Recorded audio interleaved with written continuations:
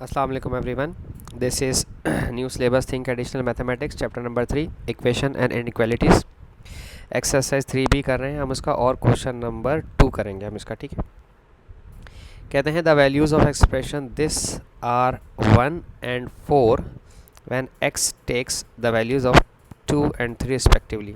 Okay, तो इससे पहले पॉलिनोमियल के तरीके से करें। दो कंडीशंस बन रही हैं, दो दफ़ा वैल्यूज़ दी हैं, इसलिए दो दफ़ा हम लिखेंगे ax² प्लस bx+1, और एक और दफ़ा दिया जा रहा है px is equals to ax² plus bx+1। ठीक है, कह रहे हैं इसकी वैल्यू 1 है, यानी कि यहाँ पर 1 आ जाएगा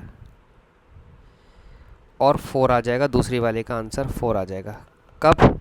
जब आप 2 लेंगे x की जगह और 3 लेंगे, यानी कि यहाँ पर x की जगह 2 लें और यहाँ पर x की जगह 3 लें, तो यहाँ हर जगह x की जगह 2 रखा जाएगा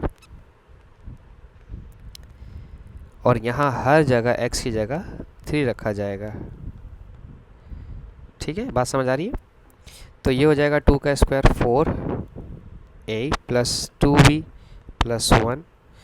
तो ये इसकी वैल्यू ऑलरेडी उन्होंने 1 हमें क्वेश्चन में दी हुई है, 2b प्लस 1। ये वाला 1 इस 1 से कैंसिल होकर 0 हो जाएगा। 4a प्लस 2b, इन दोनों को 2 से डिवाइड करवा दें तो ये हो जाएगा 2b को 2b से डिवाइड करवाएं तो ये हो जाएगा 2 2 ज़ा 4a प्लस 2b ज़ा 2 2 से कट गया, सिर्फ b बचा, 2a plus b is equals to 0।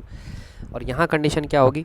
ये हो जाएगा 3 3 ज़ा 9a, ये हो जाएगा 3b, और ये वाला 1 यहाँ लें तो ये नेगेटिव हो जाएगा इस तरह से। 4 - 1 3 is equals to 9a plus 3b। आपको नहीं नज़र आ रहा, तीनों 3 से डिवाइड हो सकते हैं, 3 के मल्टीपल हैं, तो इन तीनों को 3 से डिवाइड करवा दें। यहाँ 1 बचेगा, 3 3 ज़ा 9a और प्लस 3 3 से कट गया, b बचा। ठीक है, अब एक काम करो आप,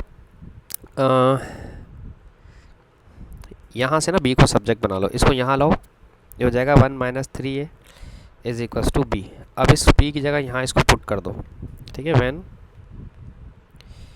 b is equals to 1 - 3a,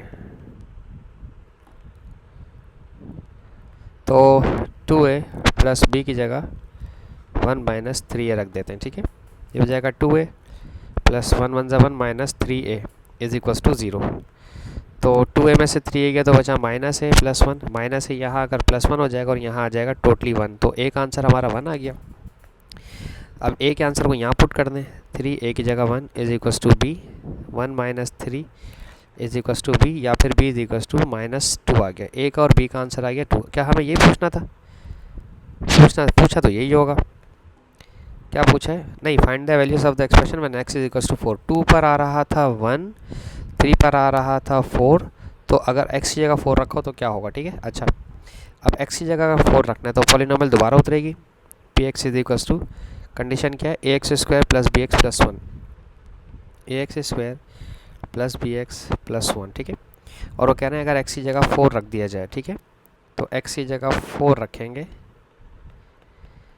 मगर जो a और b की वैल्यू वो भी रख दें। a की वैल्यू थी 1 और b की वैल्यू आई है आपके पास -2। ठीक है, वो भी रखेंगे हम यहाँ पे। ठीक है, तो हो जाएगा 4 का स्क्वायर 16, 16 1 ज़ा 16, -4 2 ज़ा 8 प्लस 1, 16 और 1 17, 17 में से 8 गया तो बचा 9। तो पॉलिनोमियल 4 में अगर आप 4 रखेंगे तो हमारा आंसर 9 आ जाएगा। ठीक है जी, ये था हमारा क्वेश्चन नंबर 2। अब हम देखते हैं इसका नंबर 3।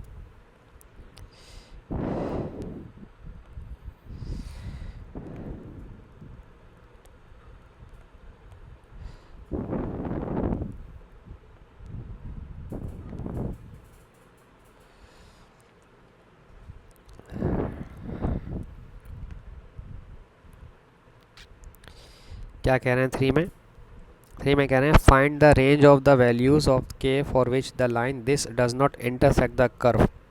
देखो, कर्व में इंटरसेक्ट नहीं करने का मतलब ये है कि ये आपस में दोनों साइमल्टेनियस इक्वेशन नहीं है।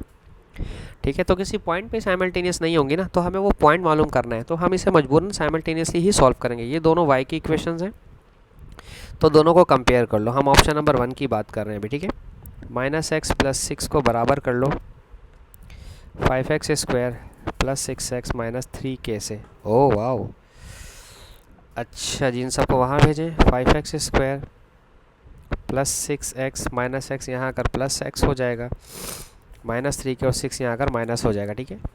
ए की जगह 5 लिखा हुआ है, बी की जगह 7x हो जाएगा, 6 + 1 7x, और सी की जगह -3 के -6 है, ठीक है। तो हमें देखना है डिस्क्रिमिनेंट, ठीक है, b² - 4ac।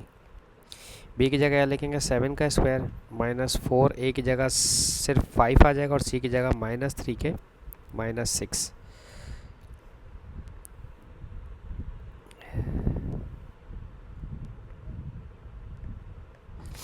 7 का स्क्वायर 49, माइनस माइनस प्लस, इन दोनों का माइनस इस माइनस से रिएक्ट करेगा, 4 × 5 = 20, 3 के -6, ये हो जाएगा 49। आई थिंक शायद पेन ख़राब हो रहा है या टैबलेट की स्क्रीन डेड हो रही है, नो आइडिया। अच्छा, प्लस 23 × 60 के -23 × 60, 26 × 120, सॉरी।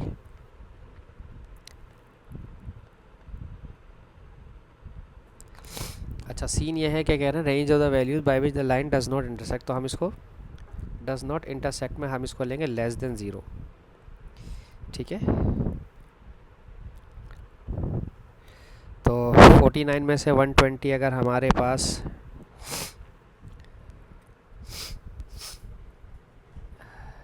सॉरी एक्सक्यूज़ मी, तो इसको माइनस करके देख लेते हैं। 49 - 120, मेरा ज़रा माइनस ख़राब है, -71।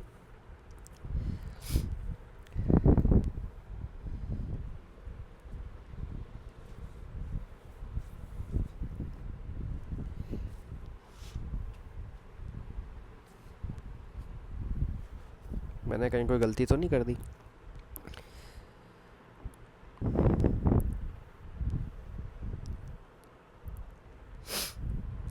हमें के की वैल्यू चाहिए थी ना।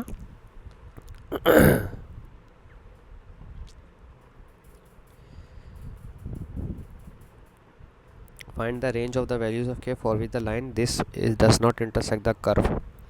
तो 5x² 6 के -3 के -x, यहाँ के प्लस हुआ, 6 यहाँ माइनस हुआ, 5 6 + 1 7 हो गया, इधर 5 आ गया।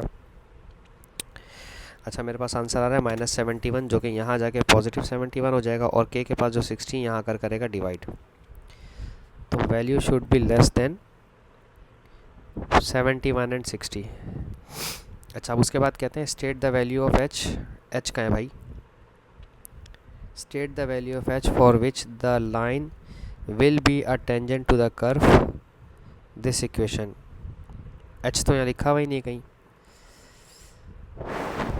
सॉरी।